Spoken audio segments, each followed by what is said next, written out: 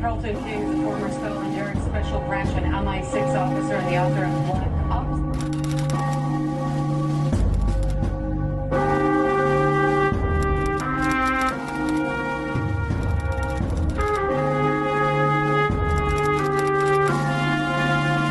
I was undercover for Special Branch in a jihadi organisation.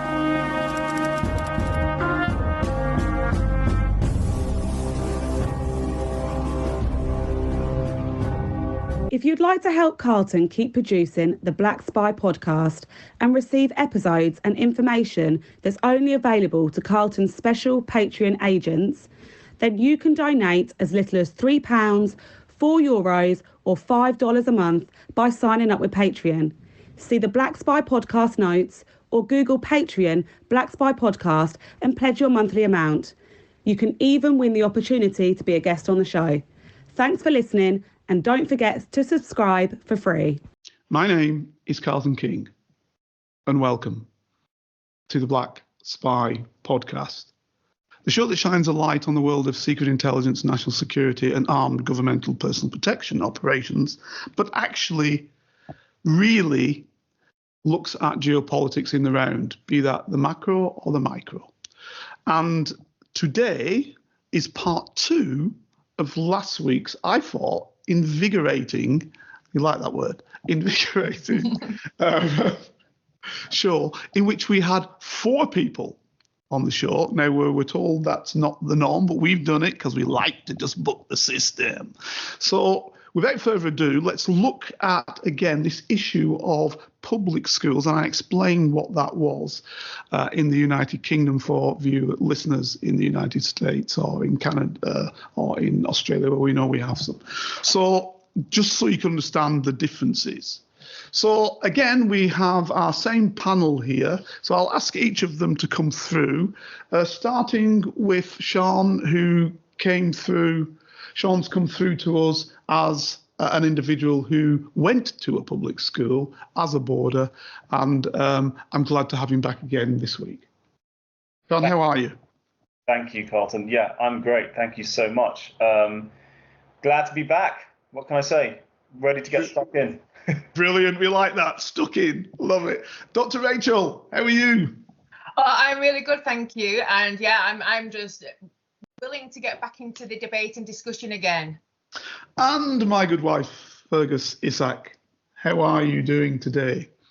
Well, I think I would really urge listeners to rewind last week's episode, because I think that there are so many topics that we touched on, and it would just be fascinating to to be able to collect other lived experiences. As you know, you can always comment on our podcast, and you can always reach out to any of us. LinkedIn is always the best way for me.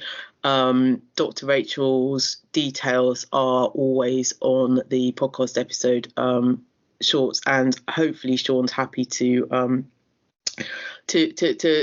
respond to comments as well, in which case we can share his details there as well.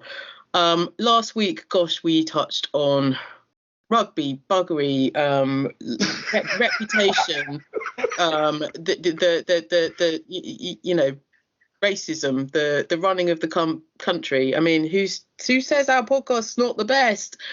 Absolutely. But we wanted to sort of move this on. Like, wonderful Sean has lived this experience, has lots of personal anecdotes, has sort of reminded us about the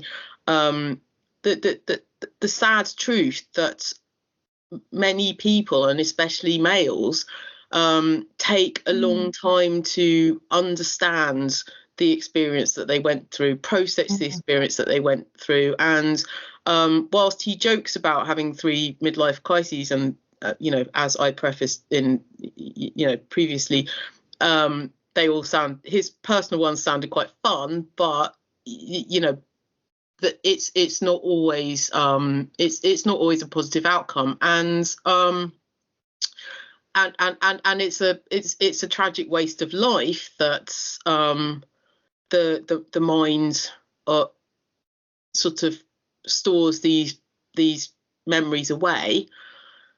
And for whatever reason, we spoke at the end of the last episode about how we all felt when we were offered our school place. I think, and Dr. Rachel mentions elements of shame. I have a long-standing memory. I mean, at Gordonstoun, to be honest, the and I think I'm comfortable to say this, the bullying mostly took place in the boys' dorms, and it was predominantly peer bullying, but not always. However, there were a few girls that some of the boys used to pick on in a way that I can't even imagine how that particular woman has evolved. There was a girl who used to, the boys used to think it was hilarious to rugby tackle her, grab her by her ankles, turn her upside down so that her skirt sort of went around her face, I suppose, and then pull her knickers down in full view of the whole school. And they used to do that to her maybe like 3 times a day. Can I just ask one question, because I know you'll come back to it? What did the masters, I guess you call them, do? Absolutely nothing. And they all saw it. Yes, they all saw that going on. Absolutely. Well, apart from the ancient Greek tutor, because as we know, he was asleep. Maybe he had his binoculars out. You don't know. But okay, so that's an interesting point, because if that had occurred in a state school, it wouldn't be a surprise that now, looking back, that person wouldn't have gone to the police, and that state school would be looked into, and the individuals involved in doing it, or the teachers involved in not doing anything about it, could then find themselves criminally liable. But it seems not to be the case in the public schools. I agree. Yeah, if I can just jump in on that. There is a stark difference, I think, with the way that a private school would aim to handle that. I mean, first of all, they would like to, let's just say at best, they would like to control the situation. I'm not going to say they're going to cover it up, but they want to have more control over the situation. So not too dissimilar to military courts, I think, Carlton. I'm not sure. Yeah, absolutely. At that level, but it's a question of control. There's obviously reputation at stake. You have to ask who benefits most from that kind of a directive. Is it the child? Is it the school? The parent abuser? The parents of the abusee? Because in the cases that I'm familiar with, it's so often the case that if the outcome is that the kid that's been abused is going to continue at that school, the less said the better. That's what the kid wants. They don't want to be known as the kid that got abused, and it just becomes so difficult to know what to do in that kind of a situation. Yeah. Well, it's just typical of, that the victim, the person who actually needs the most help, is a person who gets ostracized, isolated, and left alone, and that is, the most common behavior ever. Yeah, there wasn't safeguarding when I was at school. That the word didn't exist. Absolutely, yeah.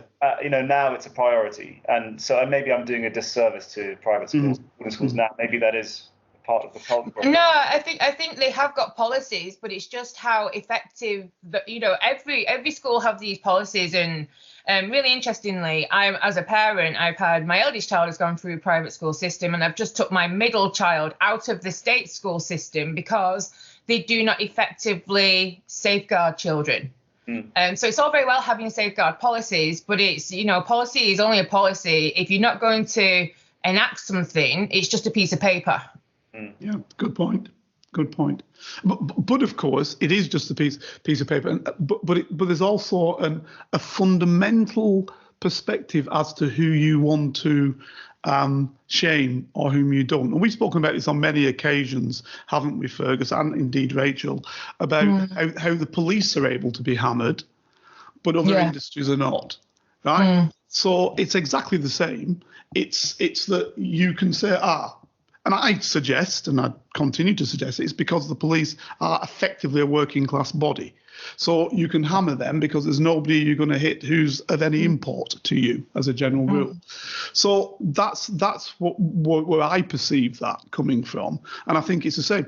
But so this is quite interesting what you said. When I went to school, there was no such thing as anti-racism. No such thing. Didn't exist. And I can remember day one, probably about day 5, actually. And in my time, you used to be sent there when you were like 4 or 5 to school. And the school that I was in, the first one, it was from 4 or 5 all the way through till 14. And the 14-year-olds then went to work in the factories. Okay, so that's the way it was working in those. So they educate them enough to work the factories, etc., etc. And I can remember going to the school, and fighting was the norm. What I can't recall, this is why I said that, I can't recall the sexuality in that way being the norm, but fighting was the norm. Name calling was the norm, and I was the only black kid in that black male in that school. And I can remember on that say day 3, whatever it was, this fella kept calling me, Black Sambo, Blackie, Nignog, you name it, all those sorts of stuff of the kind of 50s, early 60s. I had enough. And the old man, my father had all taught us all to box and stuff. So he was bigger than me, this fella. So I went to fight and we fought. And the teachers obviously watched for a while because that's what used to happen in those days. And then they grabbed us by the ear and took us to the headmaster. I remember going to the headmaster and he says, right, what's this about? I said, well, he's calling me a blackie and a sambo and that. And the headmaster said, well, you are. He said, you are. He said, you are. You know, you get used to it. He wasn't being negative. He was kind of trying to be positive, like, you better get used to this, mate, because that's what you are. So he flogged us both. We both got 6 flogs, not on our backside, I shouldn't say, but on our hands, because he used to have a strap. But you see, what I'm saying is that's how the system perceives it. As this guy, you know, this headmaster was being pretty much progressive, actually. You know, boom, I'll strap them both. And I'm thinking maybe that's the same in your school, but in a different way, that not relating necessarily to race, although you have people of colour going to those schools, and you always have had, because it's the ruling elite, and you're creating a ruling elite within the British Empire, weren't you, at the time? So... Yeah. Are you making Sean responsible for the British Empire? I'm not. I'm making all of you responsible. Which midlife crisis was that, Sean, when you decided to take over the British Empire? To run the British Empire. So if you go back to the public schools, I've looked at this quite a lot. They actually say we're creating the leaders of empire. Yeah, right. They do. But of course, they lost a lot on the First World War battlefield, you know, because they were all believing in this and then got mowed down. As were normal people, of course. But yeah.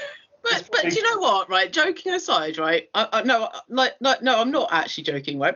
Let's talk about Let's talk about these punishments, right? Because some of the ones that have come out, you know, via exposés on public schools. I mean.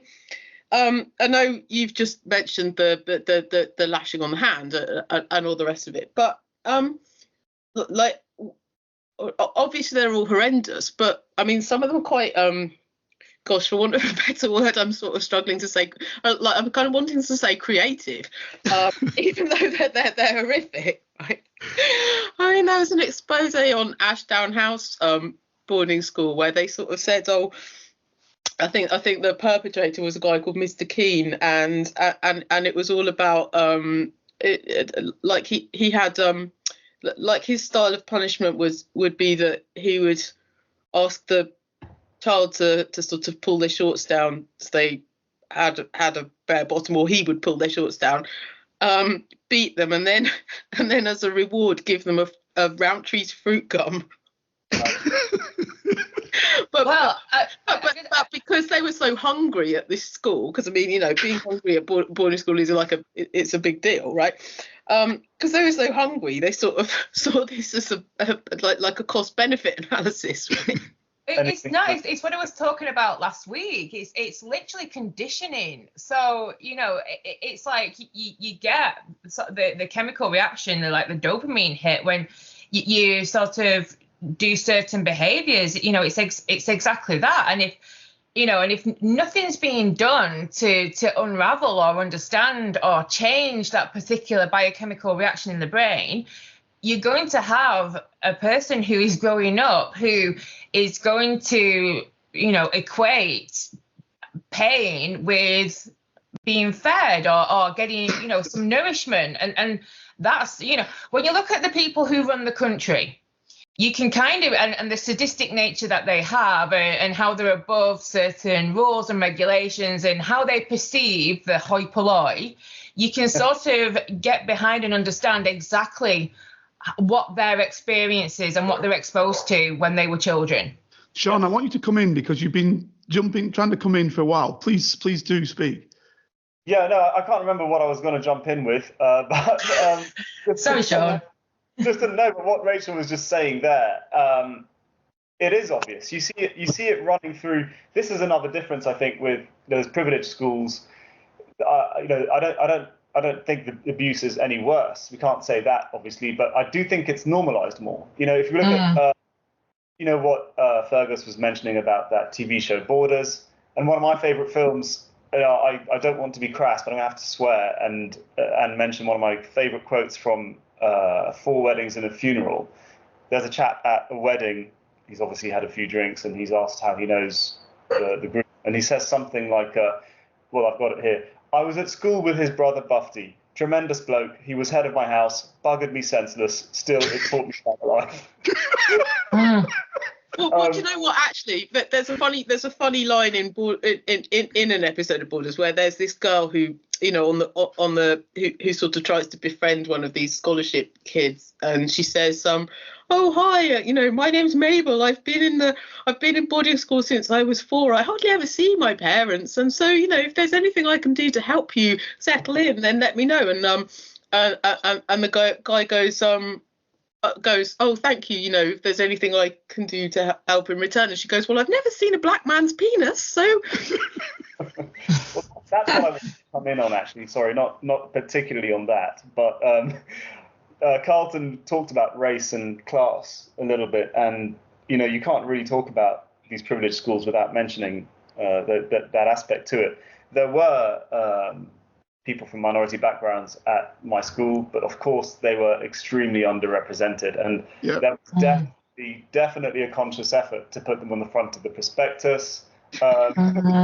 But even then, you know, when I think about the kinds of backgrounds they came from, there was no diversity of class. These were still people from very, very privileged upper middle class aristocratic families from wherever. Yeah, not Nigeria, or you know, we had people from Hong Kong. You know, that's a place where there's a lot of British middle class, so, or was at the time.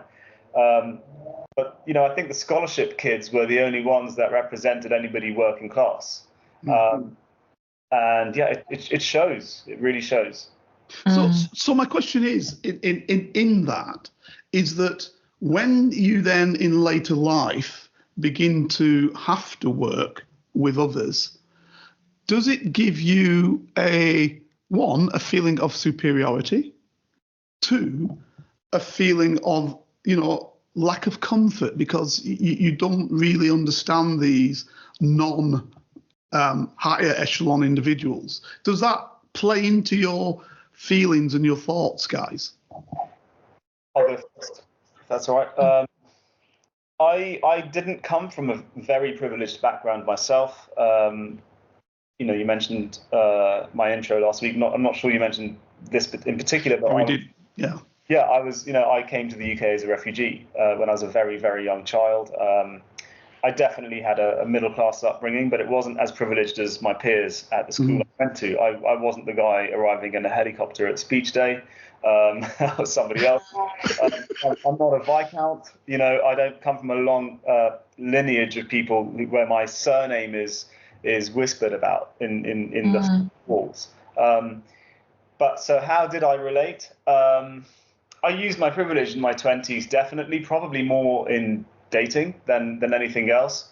I realized very quickly that it was something that girls, you know, would look for, or at least would gossip about, and that was enough really to get some kind of attention. How did I relate to the others? I would say there was a bit of a middle class guilt as I started to enter the workplace.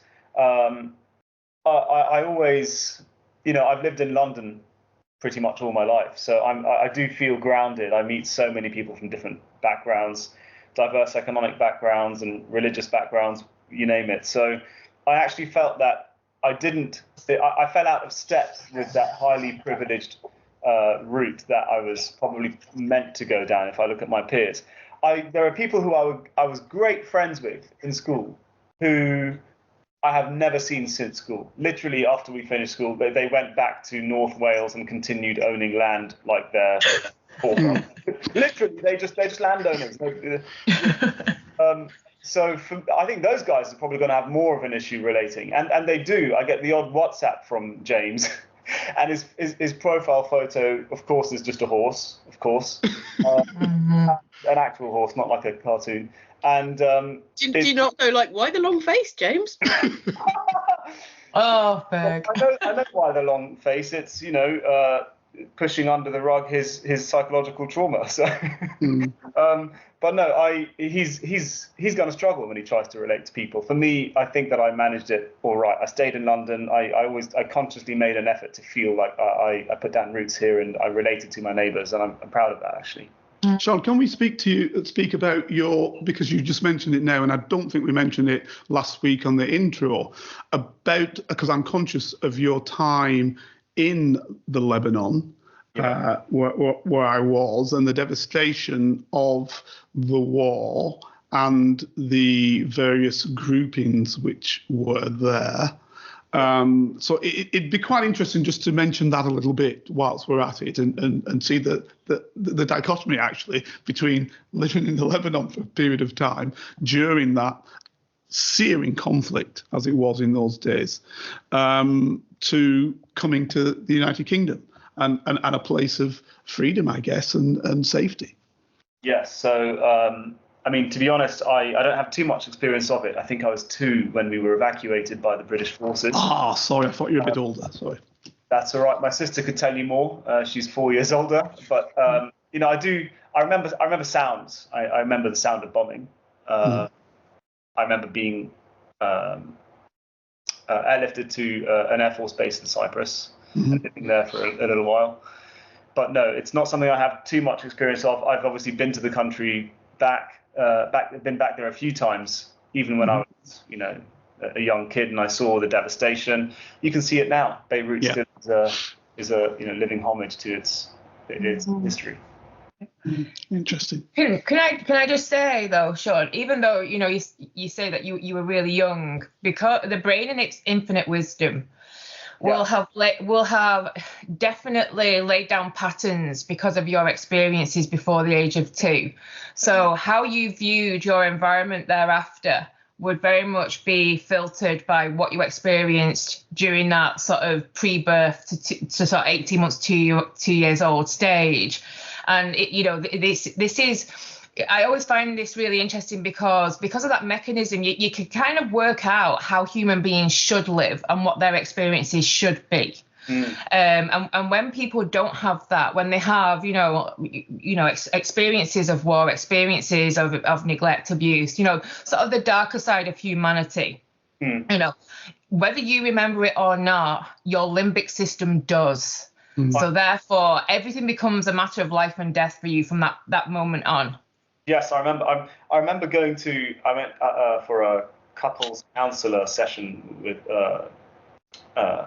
a female therapist, and she had gone to boarding school. And I remember when it came out that both me and my partner had also gone to boarding school, she said, yes, we are survivors. I call us boarding school survivors. You know, I wanted to say you have no idea, you know. But no, I agree with you, Rachel. You know, I don't know how much of what I recall visually and did happen, because, as I said, I was back there, you know, when I was 6 and a little bit later, and so it all kind of rolls into one blurred image. But I agree with you that, you know, moving around when you're a kid, moving to 2 countries before the age of 6, does have an impact. I know Carlton's friends probably and peers have had similar experiences. You know, military families, the children lose out sometimes. They just to a stage where they are making great friendships, and then suddenly they just leave the country. You never see them again. I had friends like that. Yeah. It's pretty huge, and it has, you know, such a massive impact on how then the central nervous system perceives and views life, in that it has a completely different slant on it. And especially because you know, sort of within the UK, we've never been the friendliest of people. You know, sort of kindness and you know, sort of nurture and love has never been top of the table really of what, you know, people actually do. But when you have had that kind of experience, it's like you need to have the complete opposite. We need to literally sort of wrap people in comfort, wrap people in feeling safe and things like that. And I just don't see any of that, you know, happening at all. You know, often when people come forward and who've had that kind of experience, you know, I'm bringing it back to sort of what we've been discussing sort of this week and last week. Often people don't, you know, want to see the pain of somebody who's experienced abuse or experienced any kind of bullying or trauma. They just want to know that person, all right, you've experienced it, but look how well you've done. Look how well you've done despite all that. They don't actually see what that person has gone through at all. I don't know if that's different anywhere, to be fair. No, it probably isn't. I just thought, you know, but I think that's not just a UK aspect. Okay. Yeah. Stiff upper lip and all that, which is what you're saying. I think we articulate it in that way, but I think it's not really that much different in many other countries. I don't think. I might be wrong, and if somebody from somewhere else can tell me that I'm wrong, good to hear. Well, let me tell you what my superpower is, you know, sort of alluding back to Sean's cosplay. My superpower is just sitting next to people in pain and seeing it. That's my superpower. Interesting. I mean, in terms of the schooling, because we're still, you know, hitting on that, does the advantage in the end outweigh any of the negatives? And I'll let anybody jump in. Well, I've got to say, from my vantage point, is, you know, it's like the I don't know, it's like the worst kept initiation club secret, isn't it? That, you know, that we are where we are, and these people are still in power, and, you know, they still banded together, and we have, you know, almost this feudal society still in the UK. Yeah. You know, there's no meritocracy whatsoever. So yeah, I've got to say that, yeah, for the majority, you know, from the outside perspective, but there'll be a lot of people who are dead inside and not actually having a good life.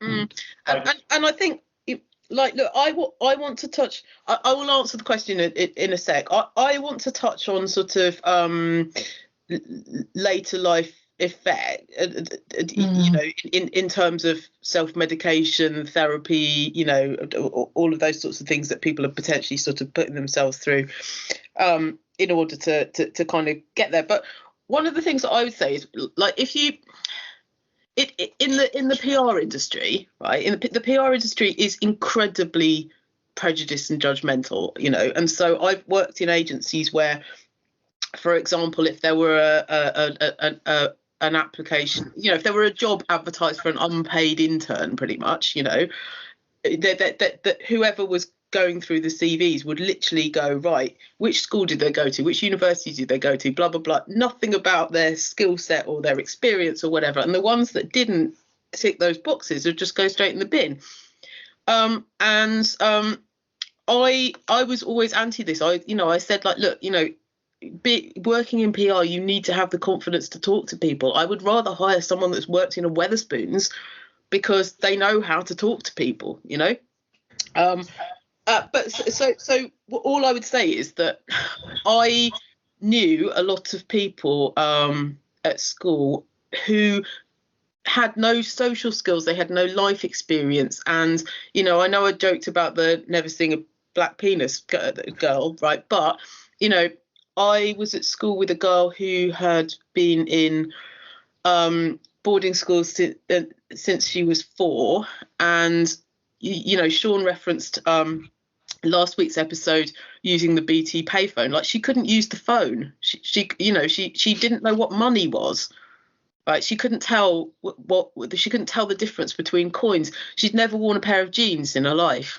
She couldn't brush her own hair. She just had, I don't know where she's ended up now. To be honest, she's probably running Scotland, right? But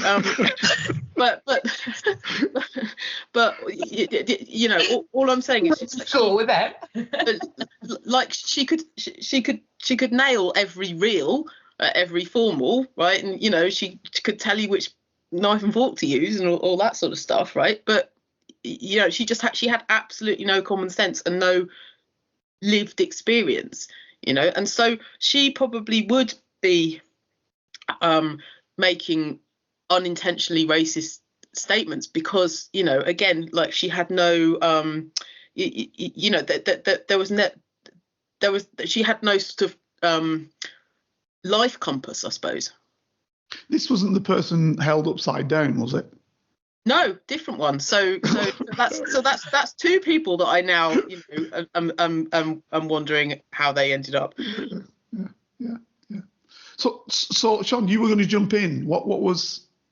I cannot remember what I was going to jump in with, but I can. Again, this is the fearsome problem. Yeah, I mean, it was on when Firgas spoke of the fact that this person had no life skills. Yeah, I may have wanted to speak about a couple of people who've talked recently on their experiences of school and unique experiences of school. There's a chap called Richard Beard who wrote a book called Sad Little Men recently. I think it's his own personal experience about his formative years and family secrets, but he also goes into the interesting lives of people like David Cameron, George Osborne, and how they ended up running the country, and how their possible, the experience that they definitely had in school has affected not just how they conduct themselves in public life, but also UK policy on various things like Ofsted, things that people who have such an out of touch type of education really shouldn't be anywhere near policy for the 93% of people who don't go to college. Yeah, exactly. Absolutely. Yeah, we can't really talk about we can't talk about boarding school or private schools without the context, the backdrop of how dire our state school education system is. Absolutely. Completely. No, absolutely not. But one thing I did want to reference, Sean, is that you obviously mentioned that you'd had therapy, to sort of join the dots with Dr. Rachel's world. Is the public school system just feeding the therapists? Yeah, I think I've had 2 years of therapy. I'm not in therapy anymore. I had a really good person who's a psychoanalytical therapist, and very quickly I learned that the issues I was silently suffering were, well, almost everybody suffers those, and the number one topic people talk about is obviously their formative years, well, in psychoanalytical therapy anyway. And for me, yeah, I do see it as a privilege. First of all, it's expensive, right? It's a privilege to go to therapy. How much of what I sought help for was down to my being in an institution like a boarding school? I would say a great deal, actually. It's well documented the kinds of issues that are associated with adults who have been to a boarding school, from attachment issues to trust, rejection in a way. It may not be a rejection to send a kid to a boarding school, but I think certain children feel that it is a rejection, and it takes them years to externalize that in some way. But what I will say, I remember one thing, just talking about trust. I came to my boarding school. I came from a loving family, and I had good friends at my private day school that I had been going to. Then I went to this boarding school, and it was difficult for me the first year. But I found music, and I'm proud to say that I put on the first rock concert in the history of my school, the 600-year history of my school. Well, the first one that was documented anyway. So we had the official school publication coming out and written by teachers, and they reviewed my performance. And I was really, really upset when I read it. This was a really, really proud moment for me. I was so proud of it, and I was looking forward to reading about the review. And it was a music teacher I'd never met who'd reviewed it. And I won't say what he said, but he made a couple of assumptions about me. And kind of jokingly made it like he looked down on me. He looked down on what I was doing. I think he was from a snooty musical background or something, classical or baroque or something. I don't know what. But, I put on a rock concert. It was extremely popular. I've got video footage of it. It's on my Instagram. There's proof. We'll have a look at that. Crowds of like teenage boys singing along to Teenage Dirtbag with me. It's Oh, I love that. It was incredible. And I remember feeling so angry and betrayed. This was a teacher. These are people who have authority, who have your back when you feel, like your chips are down. And I just couldn't believe this person. And it's so obvious it came from a place of insecurity in him. Why would you write, why would you write something like that? I've never met you, buddy. So that feeling of trust, you're not able to get over those things. And that probably informed my opinions on teachers, and on adults. Now, if the other way round, if someone at your school had put on a Mozart recital. Yeah. Right, let me touch on that. Now, what you need to understand, you guys who are not in the state school system, is that basically the working class strives to be at least the middle class, if not the upper middle class, if not the aristocracy. So they're the ones who, I'll tell you what it's like. If you go to school and let's say your school says everybody's going to learn Urdu, right? You'll have parents around the school complaining, saying, outrageous, what's going on, blah, blah, blah. But if you said everybody's learning French, they'd say, oh, fantastic. Right? Because you see, there's a hierarchy of their understanding of what's positive and what's negative. Sorry, Sean? And contrastingly, what's useful? Like, ancient Greek, how useful is that? Exactly that. I really enjoyed it. So one of the examples, well, it is in your profession, Rachel, true. So one of the things that I'll hit on that, to my mind, and I want to get a feel from you guys about it, was that, and especially the ladies, I mean, is it different for your gender? So I'll come on to that. But I can remember taking a guy by the name of Bassam Abu Sharif, nice fellow.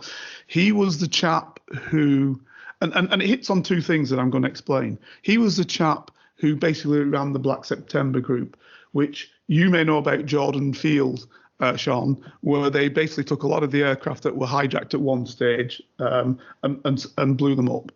And Bassam was the guy who had orchestrated this for the Black September group, Palestinian Freedom Group, back in the 70s. By the 80s, he'd become the foreign secretary, effectively, of Fatah. So Arafat's umbrella PLO. And basically, the Israelis had tried to kill him, and he had terrible injuries because he'd opened up a letter bomb which didn't have enough explosive in it, but had enough to blow off some of his fingers and devastate his face, the glass eye, etc., etc. So when these guys came to the United Kingdom, as they did often, because of course, we are central to the whole Israel situation in terms of the Balfour Declaration and British Empire, French as well, I guess, in big psyche, but really the British Empire. These guys would often come to Britain, and at the time we, the special branch, used to give protection to the Palestinian representative here in the United Kingdom. And when senior Palestinian people came, like Bassam, obviously they'd be protected. And I was running the protection on this particular issue. And what he was doing, he was going to Eton to give a speech. Now, this is why I mentioned this. The Union had decided to have a speech on the Arab-Israeli conflict. Right. Now, I can recall that we did something like that. I don't think it was Arab-Israeli. It might have been on UK and Northern Ireland, GB Northern Ireland, in our school. But it was just in a class. This was done in front of the whole body in Eton, and so they, of course, basically sent out invitations. One to the Foreign Secretary for the Palestinians and one to the Foreign Secretary for the Israelis. Now, Perez, whom I used to do quite a lot of the time when he came, I know the fella, nice guy, used to like him, the Palestinian Foreign Secretary and Palestinian Prime Minister, he couldn't make it. So what happened is they sent the Israeli ambassador. So they sent the Israeli ambassador because the Israelis couldn't send Perez over, but he was going to come to do it. And the Palestinians sent Bassam over.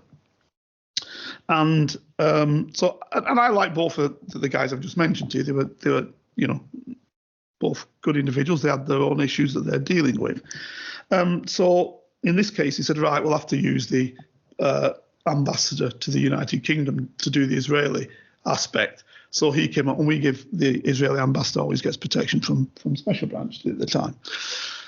So we both come in and they give their speech. Now, Bassam, he said it very clearly. He said, the reason why I've come here and why we put the highest representative, and to be fair, Chairman Arafat would have loved to come himself, but he's under such threat that he couldn't, is because the future prime ministers of the United Kingdom will be in this hall tonight.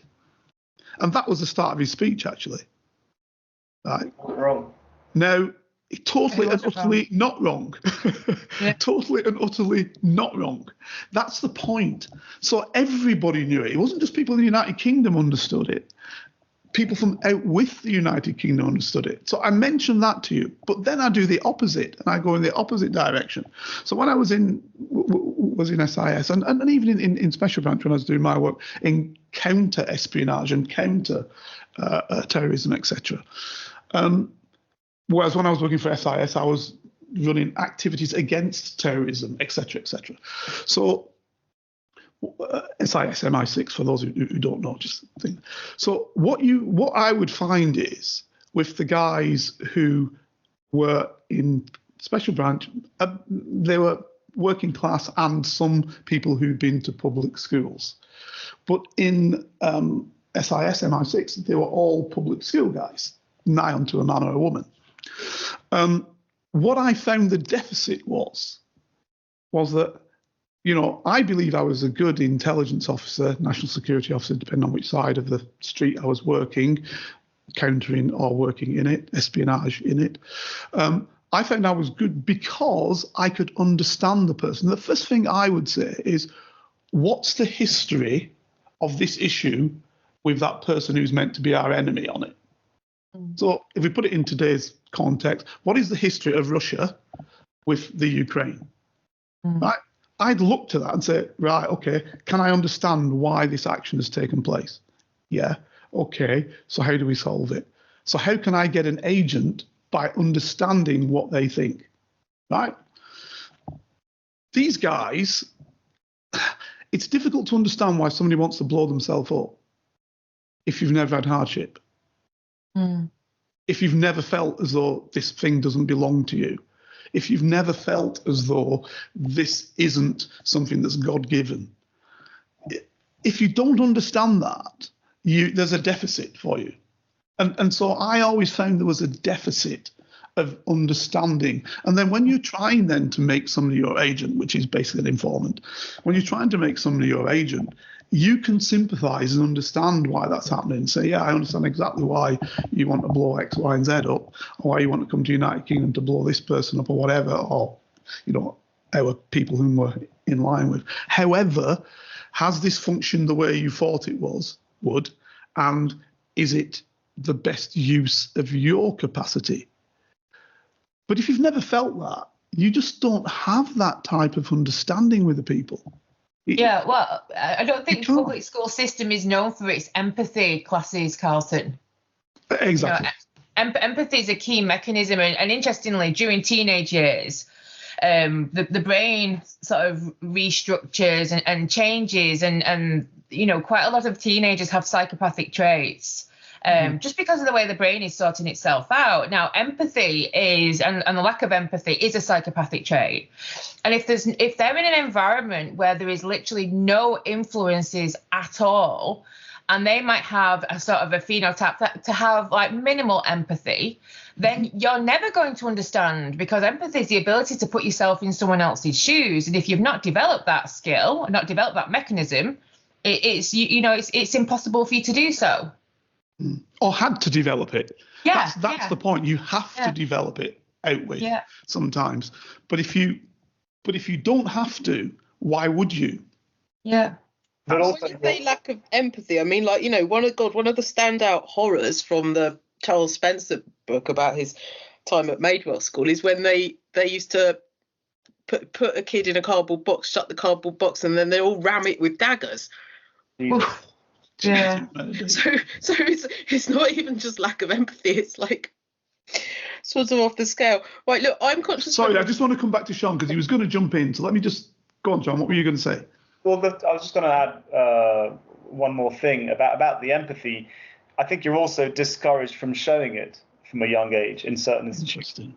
And that is just so incredibly damaging. We all know that. And, you know, I look at Nicky Campbell's life arc. He started out in radio and being well into music, and then at some, you know, he came to fame in my life when he started running Watchdog, essentially a show, you know, banging to rights people who'd harmed other people in some sort of way. And I wonder if that is in some way his attempt to try to address what not just his experience but also what he witnessed.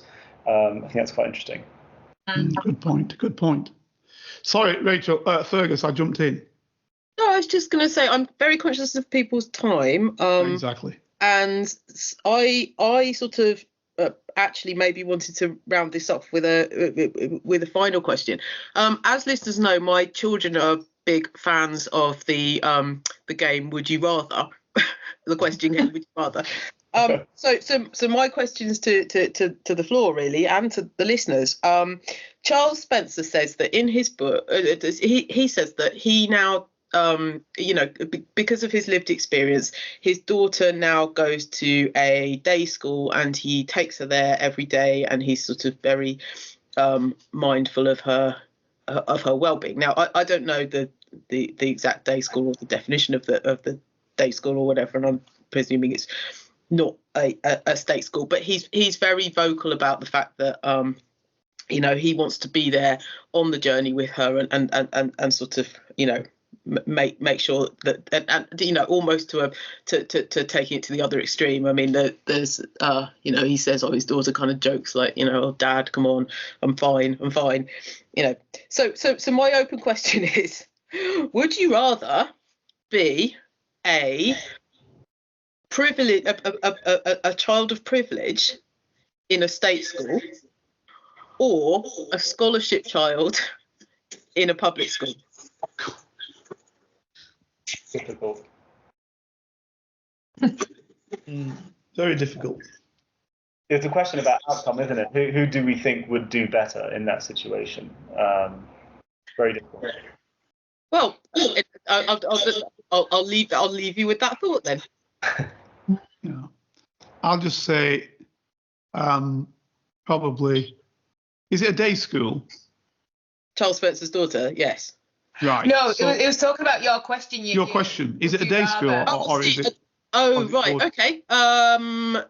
Shall we? Yes, let's level the playing field. Let's say it's a day school. Would you rather be a privileged Scholarship person in a state comprehensive school, or would you rather be a scholarship person in a day public school? Scholarship person in a day public school. Agreed. Yeah, I agree too. Because the advantages are just going to outweigh everything else. If you put me in a boarding situation, that may well be different, because then there's no other aspect, especially from what we've heard in this particular debate over the last 2 weeks, is you can't go home to your parents and then be dusted down for the following day.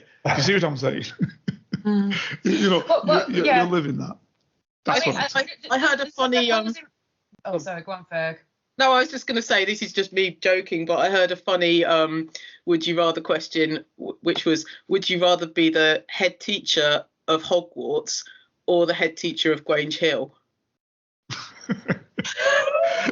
Actually, I'm going to leave you with one thing. If you haven't seen it, maybe you can get it on YouTube. It's basically Michael Palin and, what's she called? She became very famous in the States.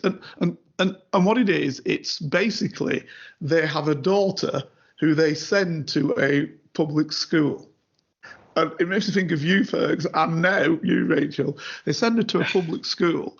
And basically what happens is, although she's a boarder, basically what happens is the first, I guess the first semester, so she comes back home. They're EastEnders. They're doing it, EastEnders like that. And she comes back home. And then about a year later, they try to ask her to come, and she's never coming. She's off to wherever with other people from the school. And then in the end, it's absolutely fantastic. What's the name of the female who plays in it? Comedian as well. In the end, she's about to leave something like the school, or there's some play on, and they turn up. And they've got no money because they've been eating sort of beans every day, and the clothes are all raggedy because they can't, to send her there, they put all the money in. And one of the girls said, "Oh, there's somebody asking for you. Some people have come to the gates asking for you." So as she goes up, she sees it's the parents. She says, "Oh no, God, no!" She says to her girlfriend, "It's friends." Friends of my nanny or something like that. They can't leave me alone. So she goes up and says to the person, "Listen, go away, like that, go away." So they walk off. He's got his old Mac on, and the mother's got a little old hat on that's falling apart. And she says, "Go away, don't, you're embarrassing me." So they walk off and they can't come in. And then they both look at each other, Palin and the female, and they say, "Fantastic, we've done it." And that, I think, is a superb perspective on how working class people wish to create their offspring in order to get them going further forward. Well, Dr. Rachel was going to say something. Yeah, well, I can't remember what I was going to say because I was just so engrossed in Carlton's tale. But I just think it was, just alluding to something that Sean said earlier about sort of David Cameron and George Osborne and how people, who have their experiences really shouldn't be writing policy for the rest of the country. And I completely agree. And something that did come to mind was like sort of David Cameron, whenever he's, when he was all on about big society and that we all need to hug a hoodie. Maybe we all need to hug a public school boy. And that's sort of big, give us a roundabout, that's a nice sort of arc to what we originally started talking about in episode 1. Yeah, absolutely. Well, it's funny. There's a funny bit in this Borders series, which I do encourage listeners to watch because it is very funny, albeit very close to the mark. But there's an episode when they sort of decide to salvage the situation by getting this outsourced PR team in. And so the PR team kind of come in and they're suddenly putting up all these kind of Black Lives Matter posters and all the rest of it, and you know, they're suddenly encouraging, you know, they're filming everything that the scholarship kids do to sort of try and make it look as though they're totally integrated. And there's a brilliant bit about when they introduce themselves to the scholarship people and they say, you know, we're the PR team to promote Black excellence, and the woman goes, we understand that you're Black, we just don't quite work out what you're excellent at. Tracy Ullman. It's Michael Palin and Tracy Ullman. If you can get it, watch it. It's superb. Sean, we're going to give you the last word, my friend, as you are a guest. Right. Wow, I'm on the spot now. Yes, you are. Well, if you have, you know, if you're suffering from any sort of, if you think you're suffering from any sort of issue that's come from your school in some sort of way, try to find a way to talk about it to somebody. You'll be surprised how many others are feeling the same. Great advice. Absolutely. And just be careful, Sean. I used to be a guest, and now I'm part of a throuple. Right, he's coming back. There's no doubt about that. I know. I was once a guest, and now I'm part of a throuple, and I didn't even know I was entering into that. Well, there you go. We've enjoyed it, haven't you? That's all we can say. Well, yeah, I've enjoyed every single moment of being part of your throuple, Carlton. Super duper. Ladies and gentlemen, thank you very much for listening, and hopefully we will see you, hear you, or you'll hear us again next week. All the best. If you'd like to help Carlton keep producing the Black Spy podcast and receive episodes and information that's only available to Carlton's special Patreon agents, then you can donate as little as £3, €4, or $5 a month by signing up with Patreon. See the Black Spy podcast notes or Google Patreon Black Spy podcast and pledge your monthly amount. You can even win the opportunity to be a guest on the show.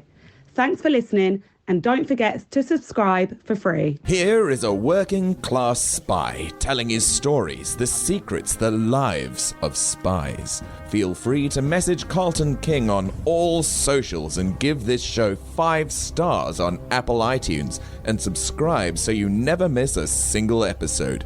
For your ears only. For more than a quarter of a century, I was a member of Her Majesty's Secret Intelligence Service.